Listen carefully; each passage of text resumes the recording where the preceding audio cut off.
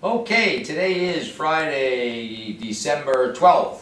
This is my friend Harley. This is kind of our official first day of boot camp. He's been very social in a pack. In fact, he's a completely different dog, surrounded by other animals. Why? Because he's a pack animal, so go figure.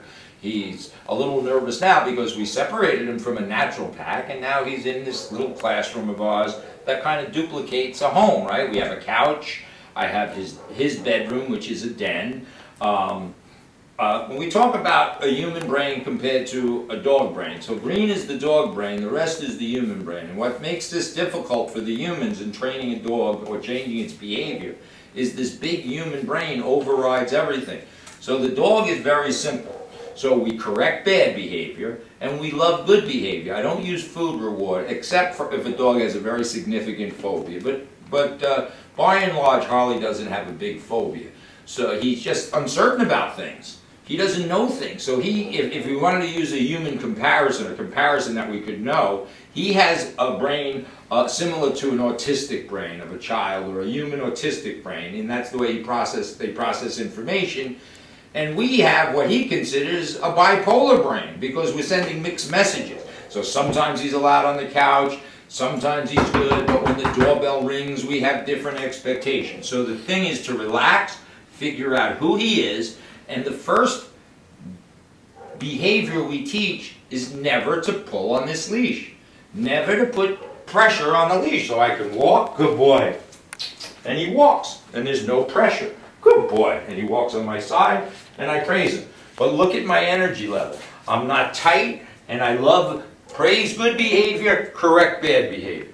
Bad behavior is simply pulling on that leash. And we leave the leash on. So for the period of time that we're going to modify his behavior, whatever the bad behavior is, looking out the window, barking at the mailman, we're going to pick up the leash and correct him. Why do we do that? Because that mimics the behavior of the mother, right? So a mother, which I know Harley had a mother because he was born, would pick him up by the neck, snap at him, and this is how dogs resolve their conflict, by using their mouths. We're not going to bite the dog. So we use this leash and collar, this very specific leash and collar, not just any. So if you go to Petco or PetSmart and get something different, you're making a mistake. So he's a little nervous around me. What do? I lower my center of gravity because I look like a monster up there, right? Then he comes over and I love him. So just by virtue of the change, so an autistic child or dogs see things in pictures. They don't see things with their eyes like we do. They see things with their nose, eyes, ears, all their sensors. So they almost have extrasensory perception, right? So that's how the training begins. And we're going to build on, he needs to trust me. He needs to trust you. We know you love him, but do you provide safety that he has? And when the doorbell rings or he sees a squirrel, you're not there for the safety. I'm going to be there. I'm going to teach him that I'm the leader. He needs to subordinate in a loving way. This is not heavy-handed. I'm not going to talk to the dog. Why? Dogs don't talk. I'm not going to use food reward because it's unnatural. We are going to use food to modify his behavior, but not to sit or give high fives. That's a human something. I don't even know what it is. So this is it for today, and that's all we do. And he learns that I'm the leader of the pack, and I'm a loving leader. But he doesn't have free will. He's attached to us by virtue of being in our homes or your den. And we're going to talk about, he slept last night, or the last two, I think last night, perfectly well in his crate. He did not attempt to escape because we don't project a lot of our weirdness on him, our bipolar behavior. We're not yelling, we're not screaming. We're relaxed. We're relaxed. But we'll talk again soon.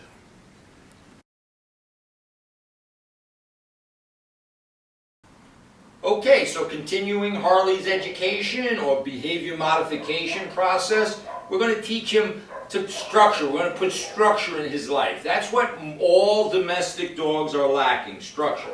So as I said the last session, when there's tension on the leash, we correct. So there can never be tension on the leash.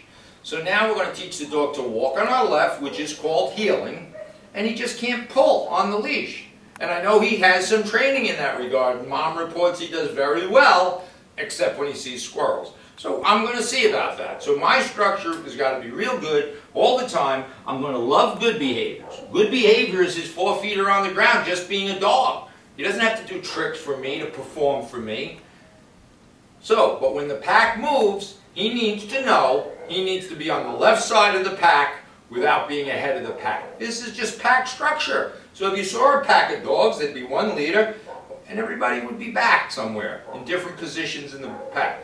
So we're going to teach him his pack position is on the left. Here I am. I'm relaxed. I'm going to say his name. I know I said I didn't talk in the last session, but for now we're just going to make sounds he's familiar with. Sounds he's familiar with. Heel. Good boy. Good boy. I praise good behavior. Good boy. I turn. Good boy. He comes with me. This is not done for food reward. Heel. Good. This is called healing. It's relaxed. Now I know damn well if I took this leash off, he wouldn't be healing. He'd be running away somewhere. Good boy. And I further know that if he sees a squirrel, he would not be healing. So I'm turning. He's good boy. I'm praising his position in the pack. I'm giving him food for this. Is absurd.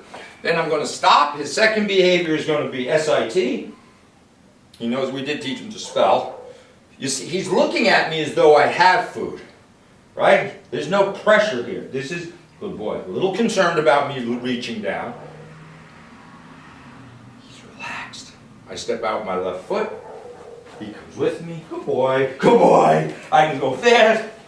Good boy. I turn. Look at where my energy is. I'm not like this. This is not a pinch collar. It's not an electric collar. It's a piece of cloth. Nylon. Can't stretch. It doesn't shrink. So watch what we do. As the pack moves, he's on my side. When the pack stops to get mail or say hello to my neighbor, SIT. Set. Good. So obviously we're just going to build on this every day. Dog's on the left. I praise good behavior. No food. I step out my left. Dog will be walking if he isn't today. And off we go. Then if there's distraction, good boy. I stop. Good boy. Good boy. That's the end of this session. Okay, boy. Okay, boy. Good doggy. Give me a kiss.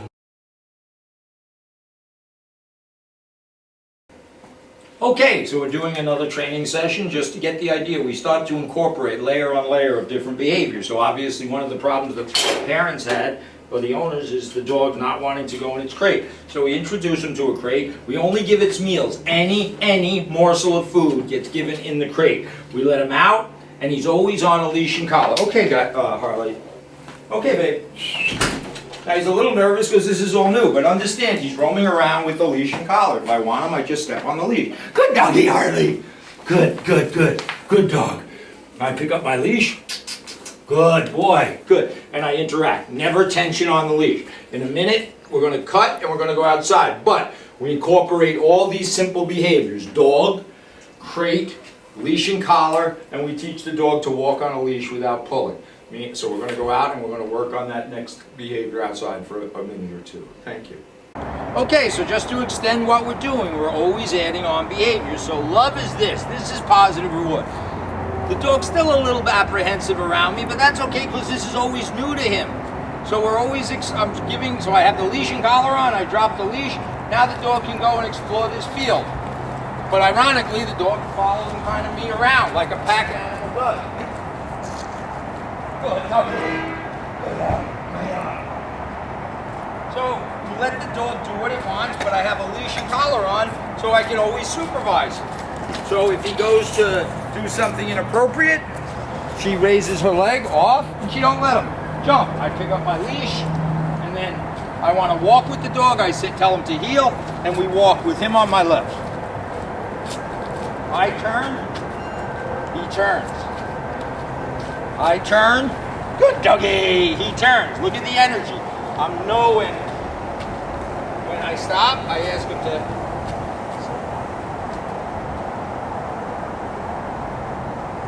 step out my left. I see the camera's dying. We just keep adding and adding and adding to this. Thank you.